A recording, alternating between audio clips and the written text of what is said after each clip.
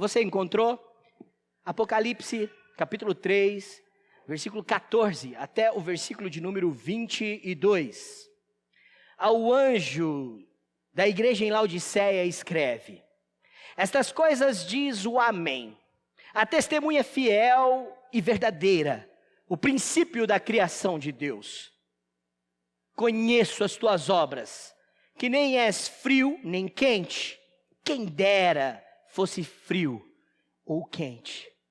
Assim, porque és morno e nem és quente nem frio, estou a ponto de vomitar-te da minha boca. Pois dizes, estou rico e abastado, e não preciso de coisa alguma. E nem sabes que tu és infeliz, sim, miserável, pobre, cego e nu. Aconselho-te que de mim compres ouro refinado pelo fogo, para te enriqueceres, vestiduras brancas para te vestires, a fim de que não seja manifesta a vergonha da tua nudez, e colírio para ungires os seus olhos, a fim de que vejas. Eu repreendo e disciplino quantos amo. Sê, pois, zeloso e arrependa-te.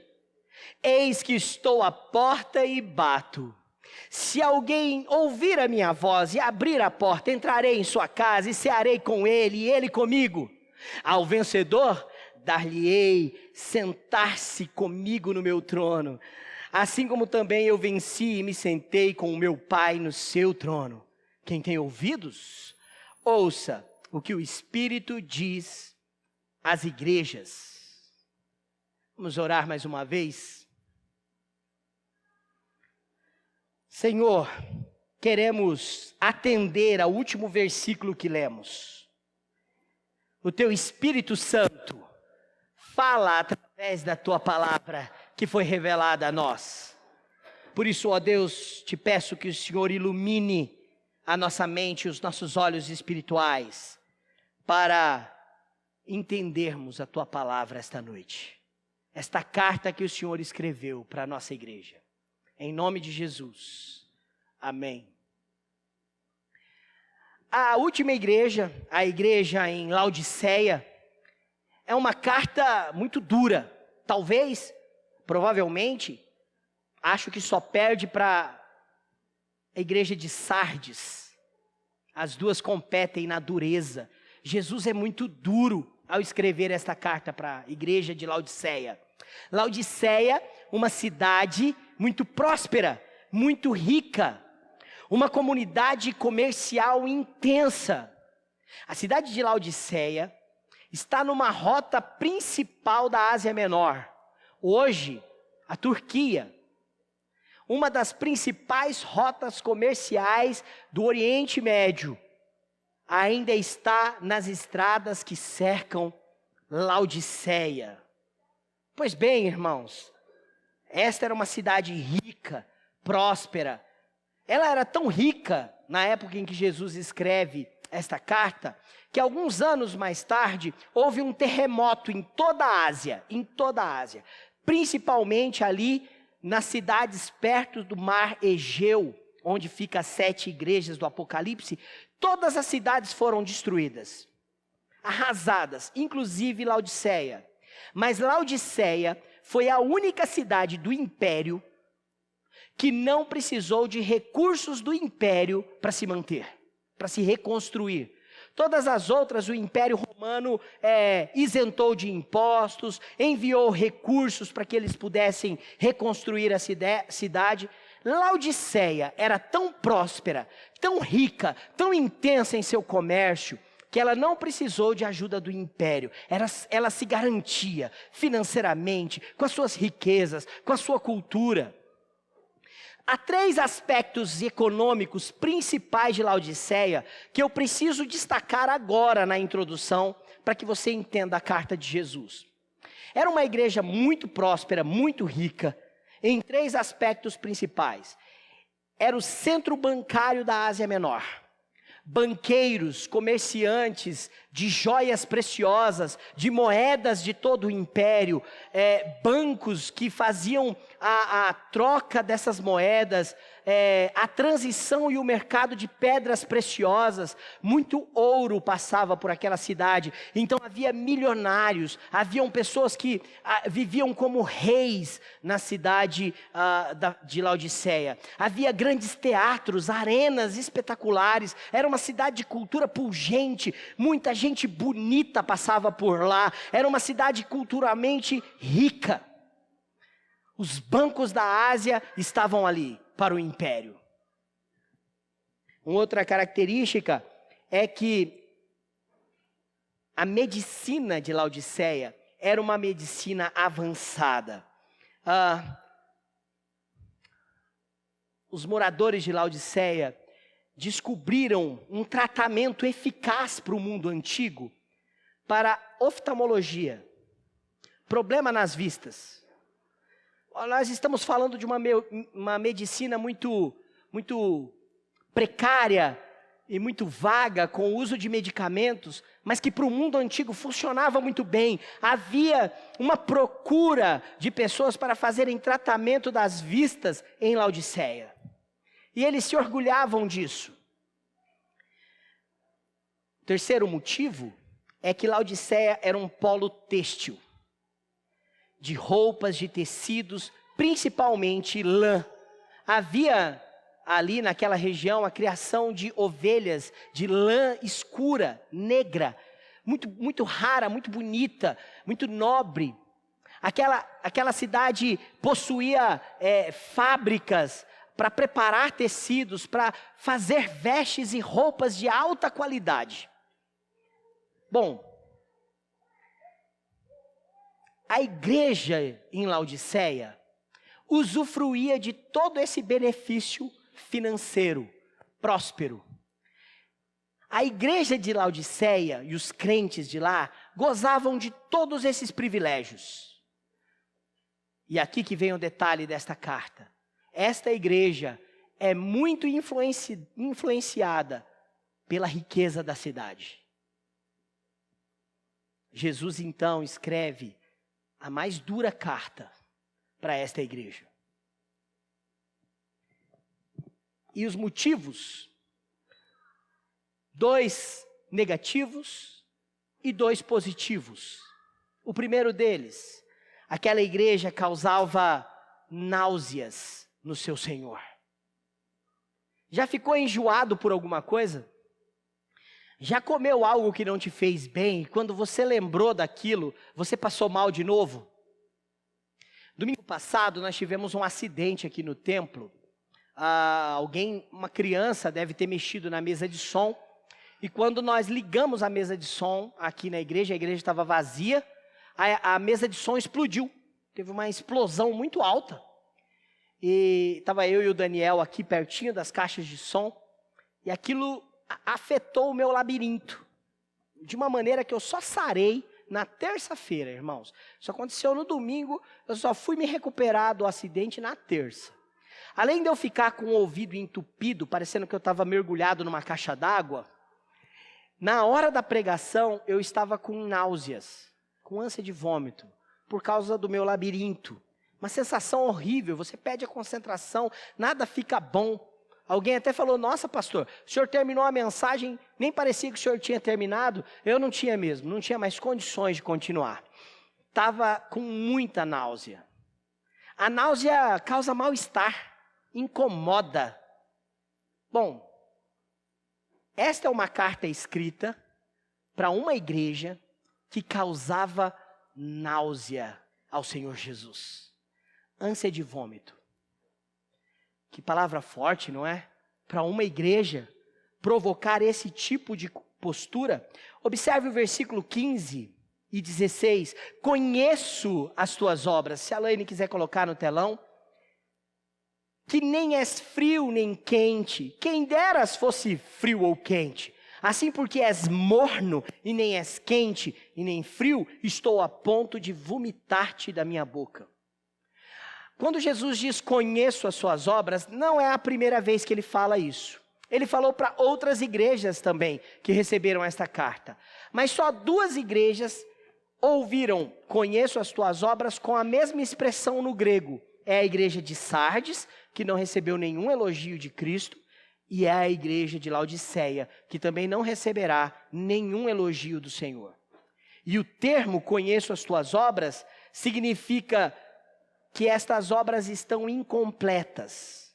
Só é utilizado esse termo no grego para Sardes e para Laodiceia. As outras igrejas que Jesus diz, conheço as tuas obras, é uma outra expressão, para dizer que Jesus sabia quais eram essas obras e ainda enumerava elas. Aqui, Jesus dá a ideia de que essas obras estão incompletas.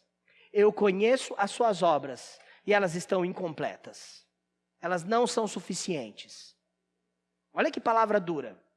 E aí agora vem a metáfora que Jesus fará sobre a condição espiritual. Por que essa igreja causa náuseas? Para você entender, é preciso que você entenda sobre a questão geográfica da cidade de Laodiceia.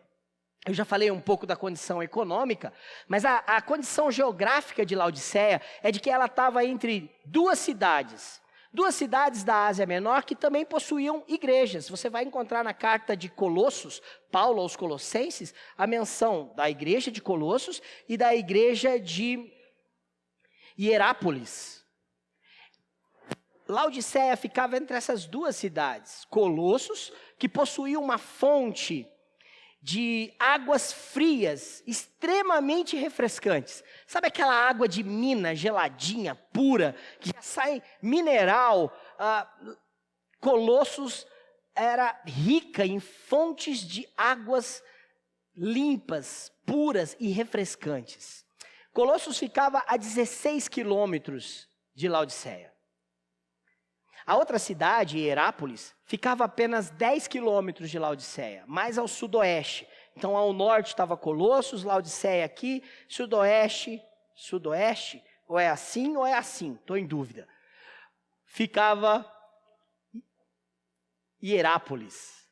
Hierápolis era cheio de fontes de águas termais, águas quentes, rica em um tipo de cálcio específico, que por causa da água ser quente e dela ser rica em cálcio e potássio, ela tinha um caráter, e tem até hoje, um caráter medicinal. As pessoas iam lá para fazer tratamentos médicos naquelas águas relaxantes, quentinhas, onde elas tomavam o banho e aí sarava da artrose, da artrite, do reumatose e das outras coisas que eu já estou tendo depois que fiz 40 anos. Espera, Diego, você quando chegar lá, em nome de Jesus, não terá. Você vai ter mais saúde do que eu. A bem da verdade é que Laodiceia não tinha fontes.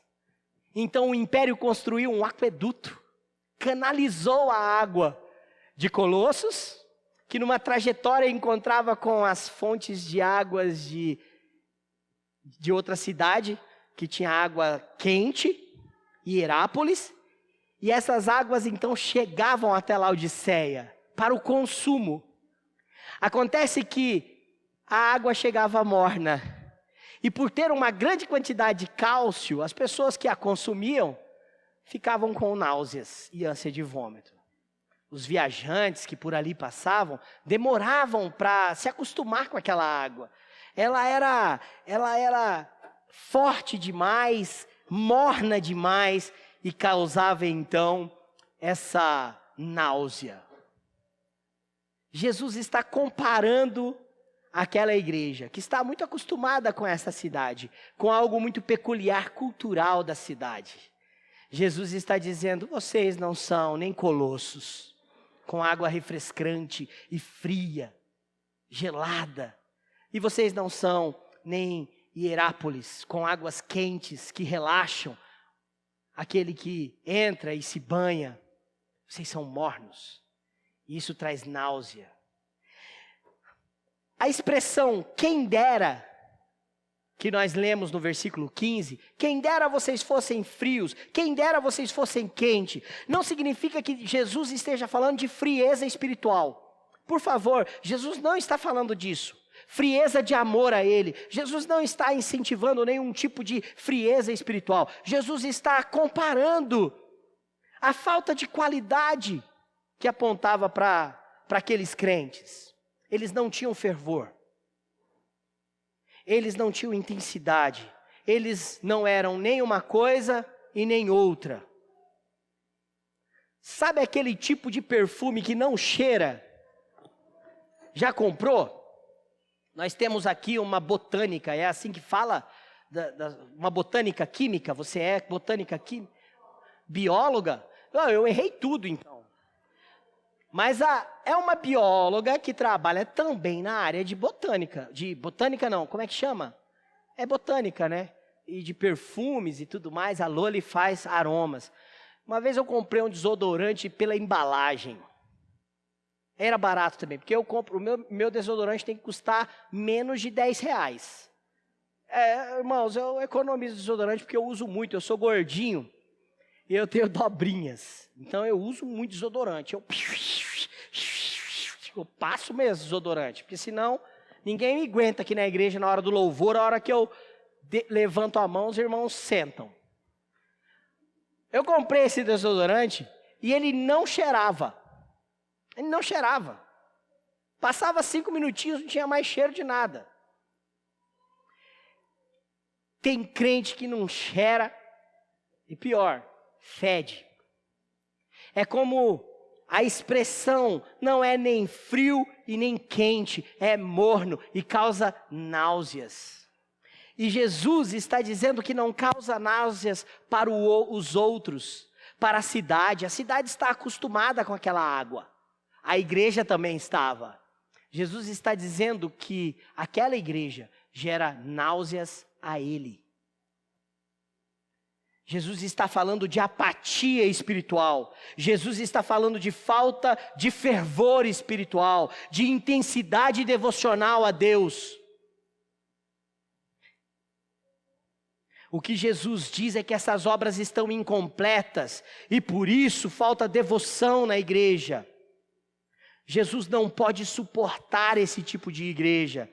E ele diz, estou a ponto de vomitar-te da minha boca. Observe que Jesus não diz, eu vou vomitar-te. Ele diz que está a ponto de vomitar. Porque Jesus é gracioso e quer exortar esta igreja, quer corrigir esta igreja.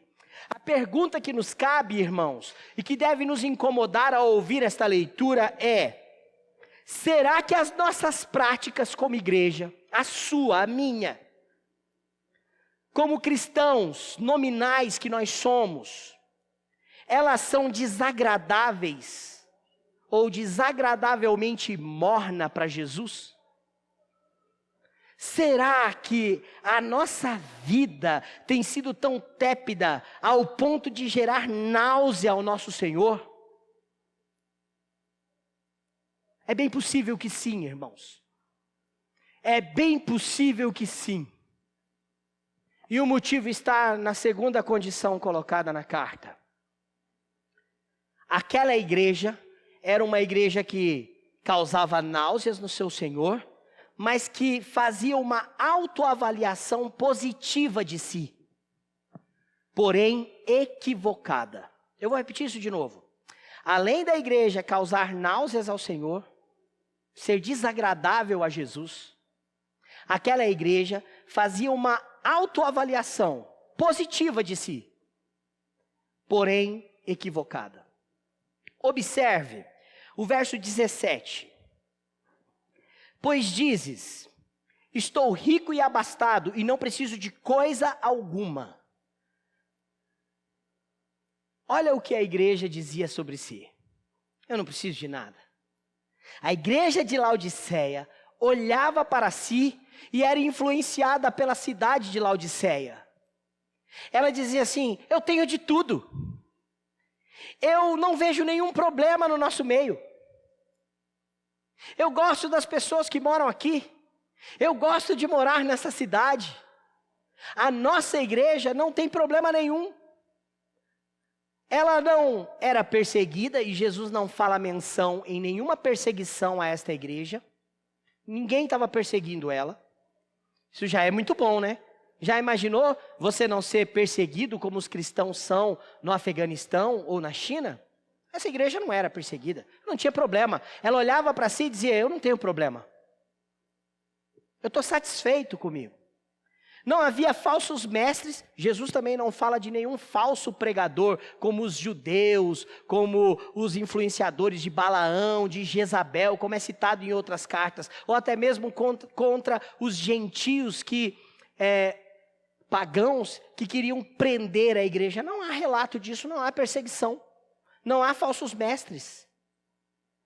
Não havia também problemas morais na igreja, não se fala de problemas morais, Jesus não fala de práticas pecaminosas de idolatria, nem de adultério, como outras cartas ouvem. Então essa igreja olhava para si e não via problemas. O seu ponto de vista sobre si mesmo era positivo. Ela fazia uma autoavaliação elevada. Ela dizia assim, eu sou rico e abastado. Ou seja, existem abundância de recursos. Olha, irmãos, abundância de recursos é muito bom. Como é bom quando as coisas são abundantes, né? Hoje eu abri a geladeira da minha casa, tinha 2 Coca-Cola zero. Eu não sei vocês, mas eu amo Coca-Cola zero. Sabe, a sem açúcar. É minha Coca-Cola favorita. E eu abri a geladeira, eu nem lembrava que eu tinha comprado 2. Falei, Senhor multiplicou isso aqui. Que alegria, né? Uma a gente tomou na hora do almoço e quando terminar esse culto, irmãos, estou indo para casa rapidão. Porque Deus multiplicou a carne também, desde ontem. Eu assei uma maminha e uma costela de porco e só vai dar minha família, porque só dá para minha família. Mas como é bom ter abundância. A abundância faz a gente beber Coca-Cola a mais e a gente ficar doente por isso. O problema da abundância é que a gente fica sossegado com a abundância. A abundância nos deixa muitas vezes acomodados, satisfeitos demais. A igreja de Laodiceia estava muito satisfeita consigo. Está sobrando recursos.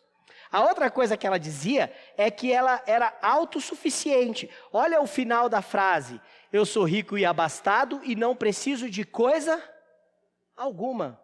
Autossuficiente, eu não preciso de ninguém, não. Eu não preciso do pastor da igreja, eu não preciso da igreja, eu não preciso de ninguém se intrometendo na minha vida, dizendo se eu estou fazendo algo certo ou errado. Em tempos como o nosso, as pessoas dizem que não precisam mais da igreja. Inclusive, um número que tem crescido no nosso tempo, nos nossos dias, é o número de desigrejados. Pessoas que dizem, eu não preciso da igreja, eu não preciso daquilo, eu não preciso de nada, eu estou bem, é eu e Deus. Eu não preciso de nada, eu estou bem assim. Olha, irmãos, autossuficiência é pecado. Essa igreja era uma igreja autossuficiente. E sabe qual que é a principal marca da autossuficiência de uma igreja? A igreja, para ser autossuficiente, dizer eu tenho muito, estou rico e abastado, e dizer eu não preciso de coisa alguma. Sabe o que é? Qual que é a principal marca? É que ela exclui Cristo da sua vida espiritual. Ela tira Jesus do meio e do centro das suas necessidades. A igreja de Laodiceia excluiu Cristo da vida espiritual da igreja. Quer uma prova? Versículo 20. Põe aí, Laine. Eis que estou à porta e bato. Peraí. Jesus está do lado de fora da igreja. Ele não está dentro dela. Aquela igreja excluiu Jesus. Ele está do lado de fora. A autossuficiência é pecado. O pastor Hernandes Dias Lopes, também pregando sobre esse sermão, disse assim: a igreja em Laodiceia estava tão feliz, tão faceira. Não, ele não falou faceiro não, eu dei uma melhorada no Hernandes. A igreja de Laodiceia estava tão feliz, ela estava tão satisfeita com ela mesma, que Jesus estava do lado de fora. E nós muitas vezes somos tentados a fazer isso, irmãos. a sermos autossuficientes. Nós não precisamos da igreja, nós não precisamos de Jesus. Nós nos garantimos que venham os terremotos. A igreja do século moderno tem sido treinada para ser um coaching. Ela tem sido treinada para dizer: tudo depende de você. Você pode fazer qualquer coisa. Pensamento positivo. A igreja não tem mais precisado de Cristo completamente. Esta igreja recebeu esta acusação. Esta é a tragédia da autossuficiência. É autoenganar-se. É achar que não precisamos de Cristo. É achar que não precisamos de mais nada. É achar que o que temos é suficiente para nós. A tragédia da autossuficiência é o autoengano. É criar uma imagem elevada demais de si. Eu estou bem. Eu sou o cara. Eu não preciso de nada. Não preciso de ninguém. Paulo, em Romanos capítulo 12, versículo 13, diz: ninguém pense de si mais do que convém. Ninguém pense de si mais do que convém. Jesus então destrói essa autossuficiência, essa avaliação positiva e equivocada. Jesus mostra para aquela igreja que eles estão equivocados. E o que Jesus diz? Nem sabes que tu és infeliz, miserável, pobre, cego e nu. Elas têm uma avaliação positiva de si, mas está equivocada. É um engano. É um engano. Jesus está dizendo: você nem sabe de nada. Na verdade, você é infeliz, miserável, pobre, cega e nu. A igreja de Laodiceia era infeliz e miserável porque vivia enganada por si mesma. A pior coisa é quando nós nos enganamos. Ei, entenda, na sua vida espiritual, é mais fácil você ser enganado pelo seu coração do que por um pastor herege. Eu vou repetir essa frase, porque se um dia eu escrever um livro, ela vai estar lá. É mais fácil você ser enganado pelo seu próprio coração do que você ser enganado por um pastor herege. O nosso coração é idólatra, ele é enganoso, ele é pernicioso, ele fala bem de nós mesmos e trata a nossa natureza sempre com uma avaliação positiva, até das nossas piores partes. Na verdade, aquela igreja era uma igreja infeliz. Agora, os 3 últimos fatores, pobre, cego e nu, eu quero fazer você lembrar da introdução do sermão. Você pode lembrar comigo? Lembra que eu falei que a cidade de Laodiceia era uma cidade muito forte economicamente em 3 aspectos? O bancário, o medicinal, não é isso? Eles descobriram uma pedra famosa, chamada Pedra da Frígia. Eles então moíam esta pedra e faziam uma pasta, uma pomada, que eles passavam nos olhos, e isso ajudava nos problemas de cegueira do mundo antigo, de alguma forma. Então era uma igreja rica, era uma cidade com banco, rica, era uma cidade de medicina avançada, e era uma cidade que tinha roupas, tecidos de alta qualidade, um polo têxtil na confecção de roupas e tecidos. Agora, Jesus está dizendo: você não é rica, você é pobre. Você não está enxergando direito, você é cego. Você não está vendo as coisas com clarezas. Você está nu, você não está vestida. Todas essas 3 últimas características são fatores espirituais deploráveis. São falências espirituais na vida daquela igreja. Primeiro, ela é pobre, para significar falência espiritual. Aquela igreja estava perdida. Era isso que significava, está falida espiritualmente, perdida. Ela era cega, ela faltava visão espiritual, para discernimento espiritual, para direção espiritual. Aquela igreja estava nua, a sua vergonha estava sendo revelada, ela era impura. No Antigo Testamento, mostrar a nudez era um ato de impureza. Lembra dos filhos de Noé? Um deles que descobriu a nudez do seu pai?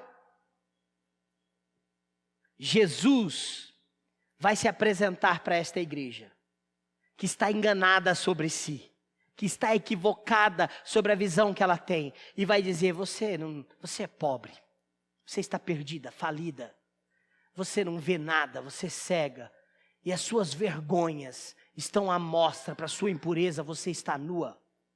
E Jesus agora vai se apresentar como solução para essa igreja. Versículo de número 18. Jesus vai se apresentar como um mercador. Aquela cidade, como era uma rota comercial, recebia muitos mercadores. Mercadores de moedas, de joias, de ouro, mercadores de tecidos, mercadores de remédio. Então Jesus se apresenta como um mascate da Ásia Menor, o mascate da igreja. Para quem não sabe o que é um mascate, o mascate era um vendedor itinerante que ia de casa em casa. É assim que Jesus se apresenta. Um mercador que supre a escassez que aquela igreja, numa cidade tão rica e tão próspera, não tem.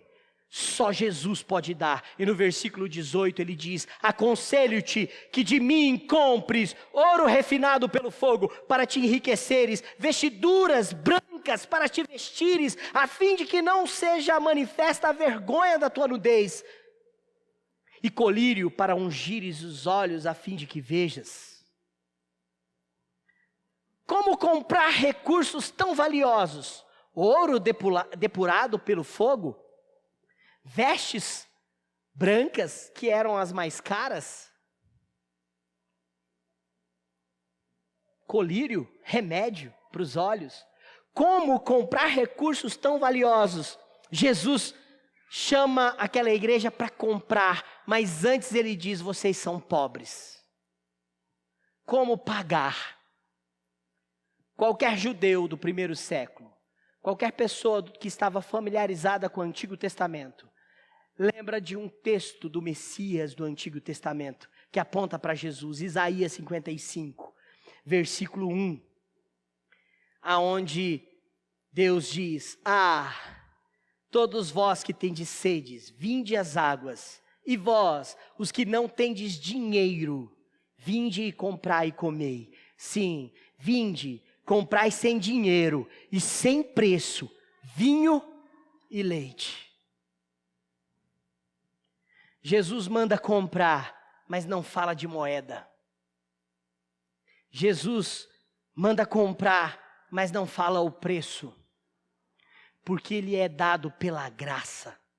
Ele pagou este preço. Só Jesus pode oferecer para a igreja de Laodiceia o que ela precisa.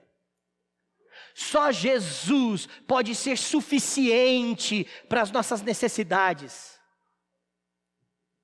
Os seus planos para o futuro, as suas garantias intelectuais, as suas seguranças, aquilo que você acha que é suficiente, nada disso é suficiente se Cristo não for suficiente para você.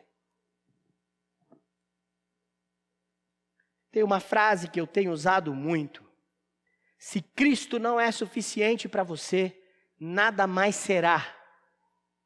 Só Cristo pode suprir a necessidade da igreja.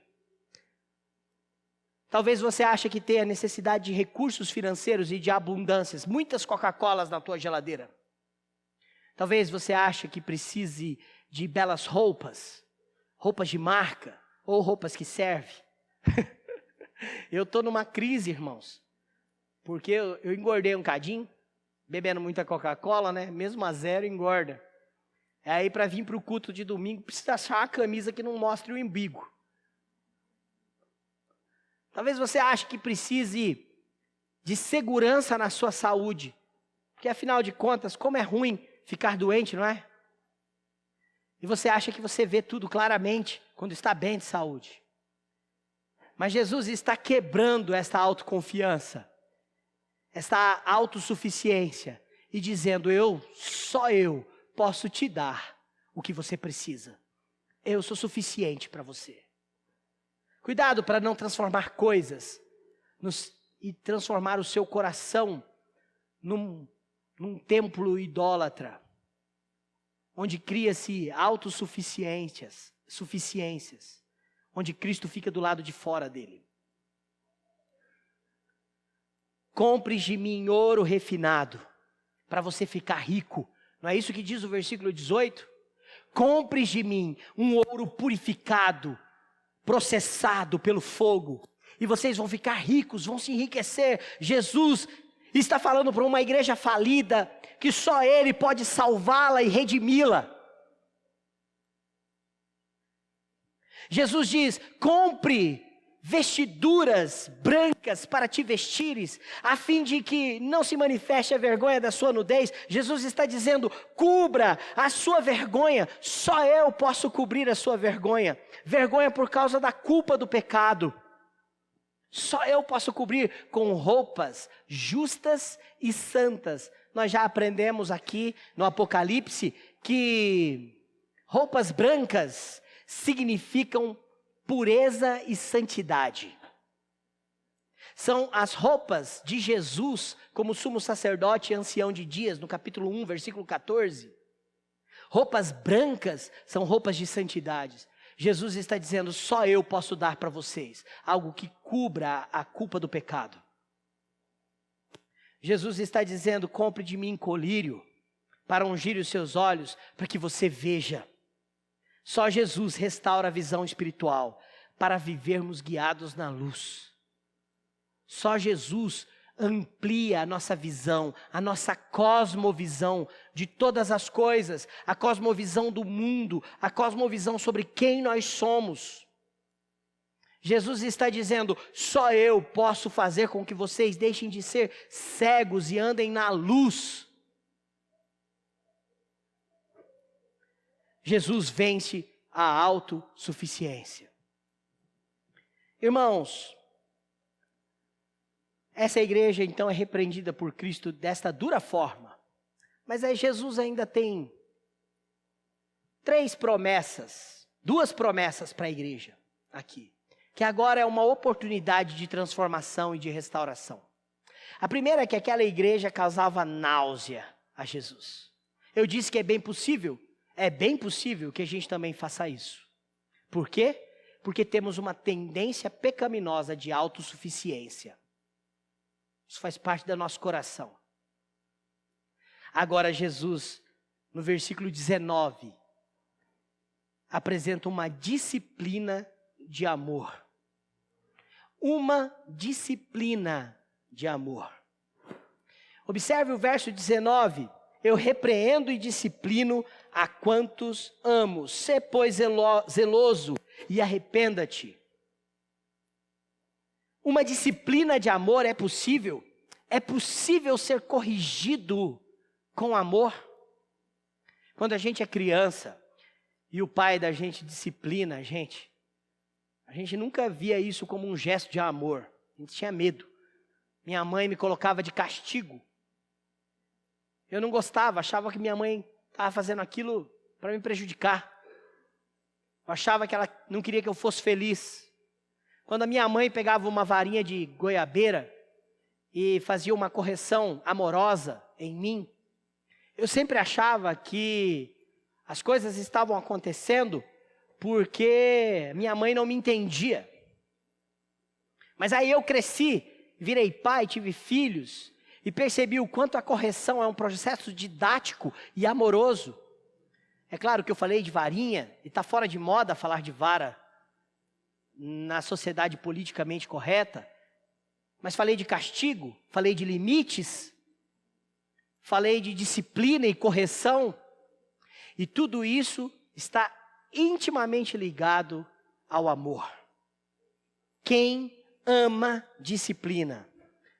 Por isso o relacionamento de Jesus com a sua igreja é um relacionamento de amor e disciplina, porque amor e disciplina andam juntos na restauração que Jesus faz na sua igreja. Amor e disciplina andam juntos. Eu repreendo e disciplino a quantos amo.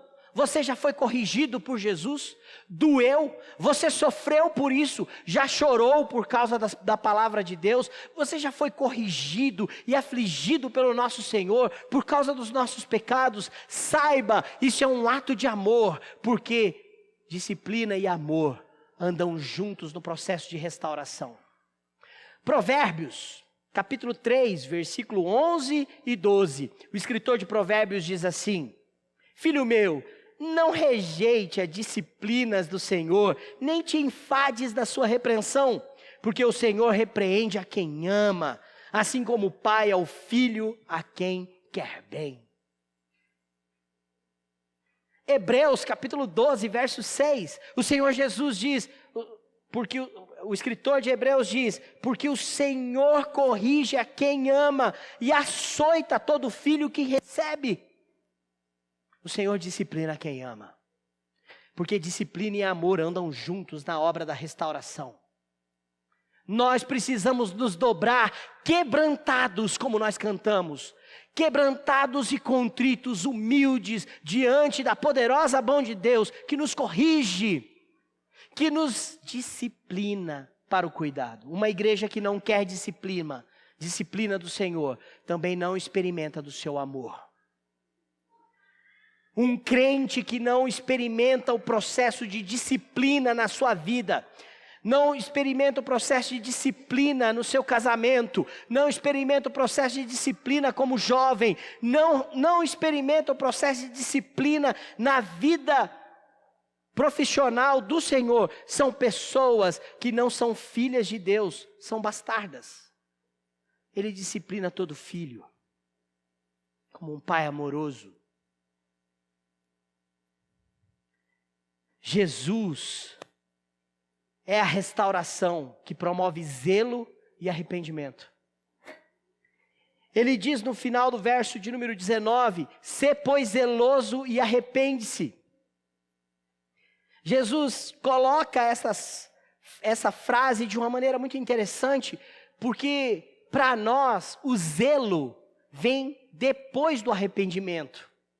Zelo significa um amor por Deus, um cuidado especial para as coisas do Senhor. Então ela só pode vir depois do arrependimento. Mas Jesus não faz isso aqui. O que Jesus faz? Jesus coloca o zelo primeiro e o arrependimento depois. E a ideia é que ser zeloso está no tempo verbal do presente. Dá a ideia de continuidade. Viva de uma maneira cuidadosa para as coisas do Senhor. E arrependa-se. Arrependa-se é uma ordem imperativa. Significa que a igreja de Laodiceia tinha que dar meia volta e voltar urgentemente, senão seria vomitada. É uma ordem imperativa. Arrependa-te. É preciso fazer isso.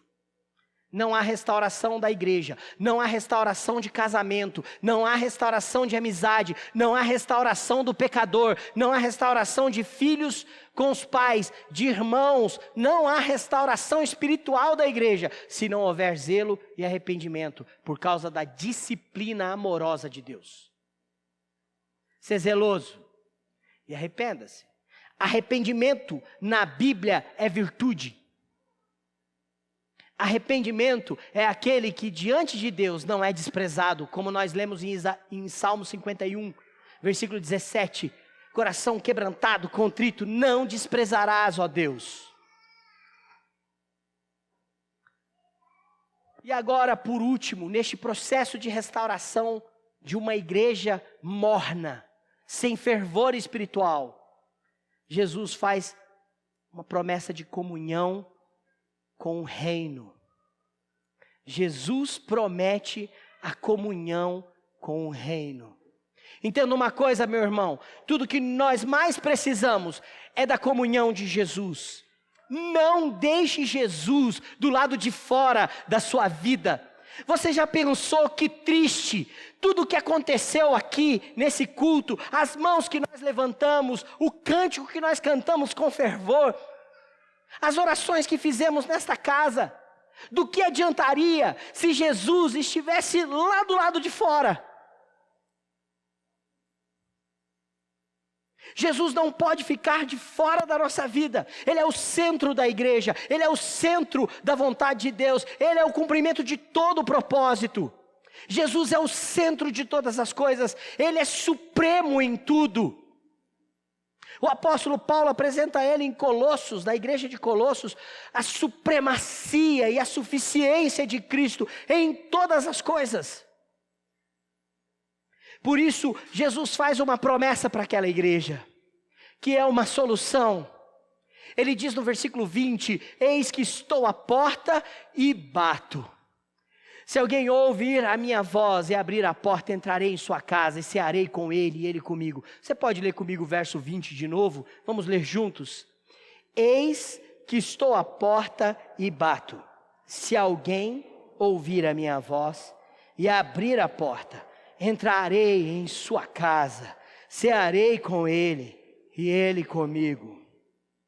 Jesus não está falando de salvação aqui, embora esteja implícito na comunhão com Cristo, mas Jesus está se referindo à comunhão daquela igreja.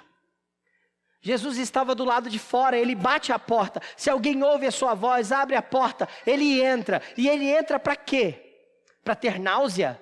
Para ficar enjoado? Não, ele entra para ter comunhão. Cearei com ele e ele comigo. Meu irmão, minha irmã, não tem nada mais imprescindível que Jesus sente na mesa da sua casa e você possa cear com ele. Olha que privilégio maravilhoso, olha que bênção imensurável. Nós nem merecemos isso. Jesus tem comunhão comigo e eu tenho comunhão com ele. Ele entra e senta na minha mesa. Ele entra na minha vida, Ele entra na minha casa, no secreto do meu lar, no secreto daquela igreja. Jesus entra e desfruta de comunhão. O versículo 21 diz assim: ao vencedor dar-lhe-ei sentar-se comigo no meu trono, assim como também eu venci e me sentei com o meu Pai no seu trono. Jesus garante à igreja a participação no seu reino. Veja bem, Jesus garante que aquele que abre a porta e ele entra, ele tem comunhão, ceia com ele e ele com o Senhor. Agora Jesus está dizendo que promete para a igreja sentar-se no seu trono de glória. A participação do seu reino aponta para o seu trono glorioso. E ele diz, vai sentar comigo no meu trono, porque eu venci. Nós não sentaremos no trono por causa dos nossos méritos. Nós não sentaremos no trono porque somos autossuficientes. Nós sentaremos no trono com Jesus, porque Ele venceu e Ele reina, e participaremos do seu reino. É isso que Ele está dizendo. Jesus promete à igreja uma comunhão e o seu reino, a participação do seu reino. Isso está garantido pela vitória de Cristo. Quando você tem comunhão com Ele no secreto, Ele leva você para sentar-se no seu trono em público. Quando temos comunhão com Jesus no secreto, nós reinamos com Ele para a eternidade.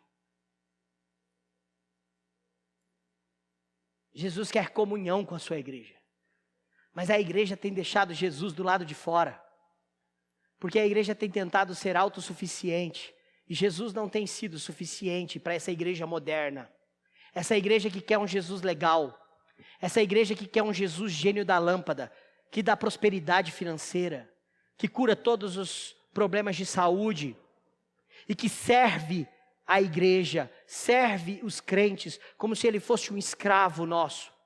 Jesus é o Senhor, Ele quer se relacionar de comunhão, mas Ele reina, e faz com que a sua igreja participe do seu reino.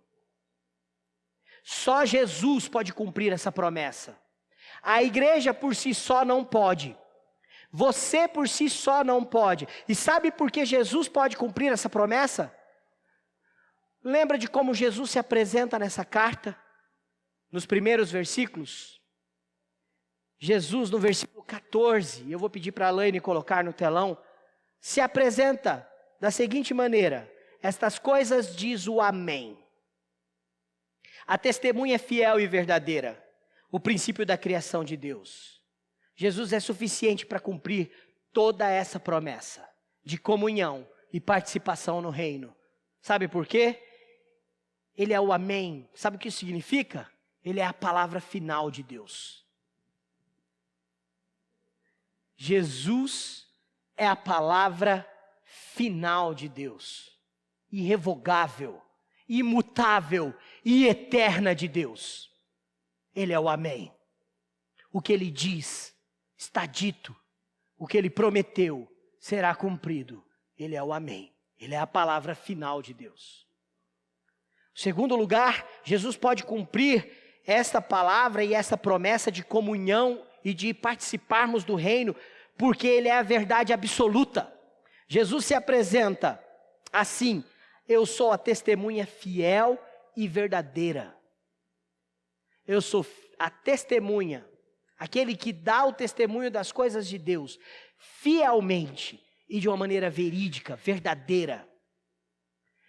Não está na moda falar de verdades absolutas no nosso tempo. A verdade tem sido tratada como uma verdade relativa, mas Jesus é a verdade, a única verdade. Por isso ele é a verdade absoluta sobre todas as coisas. O que ele promete, ele cumpre e ele realiza, porque é verdadeiro. Ele testifica disso. E a terceira característica de como Cristo se apresenta para essa igreja, no verso 14, é de que ele é o princípio da criação de Deus. Na época medieval, acreditava-se que Jesus tinha sido o primeiro a ser criado, mas isso não é coerente com todo o ensinamento bíblico, que diz que Jesus é o princípio da criação. Tudo foi criado por meio dele. Ele torna real todas as coisas. Todas as coisas se tornam realidade a partir de Jesus. Colossenses, capítulo 1, versículo 15. Esta é a imagem do Deus invisível, o primogênito de toda a criação. Pois nele foram criadas todas as coisas, no céu, sobre a terra, as visíveis, as invisíveis, sejam tronos, sejam soberanias, tudo foi criado por meio dele, tudo foi criado para ele. Ele é antes de todas as coisas e nele tudo subsiste. Este é Jesus. É alguém que torna realidade todas as coisas. Ele é o Criador de todas as coisas, Criador do reino, Criador do seu povo, Criador da comunhão. Nele tudo subsiste. Ei pessoal, quer continuar assistindo os nossos vídeos? Clique aqui e você vai ter acesso em outros vídeos. Mas também se inscreva no nosso canal, tá bom? Acione o sininho e compartilhe com outras pessoas.